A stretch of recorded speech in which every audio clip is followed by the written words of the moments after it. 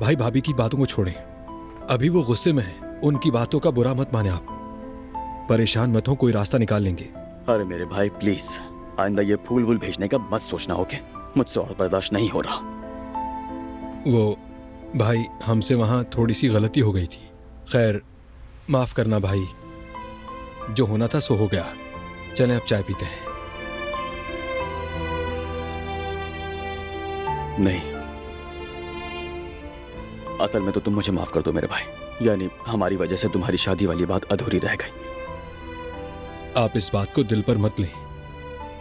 जब आप इस हाल में हैं तो हम लोग शादी के बारे में कैसे सोच सकते हैं? हमारी पहली तरजीह तो आप हैं। जब एक घर को संभालने की जरूरत हो तो नए घर को बसाने का क्या फायदा भाई? बहुत शुक्रिया मेरे भाई।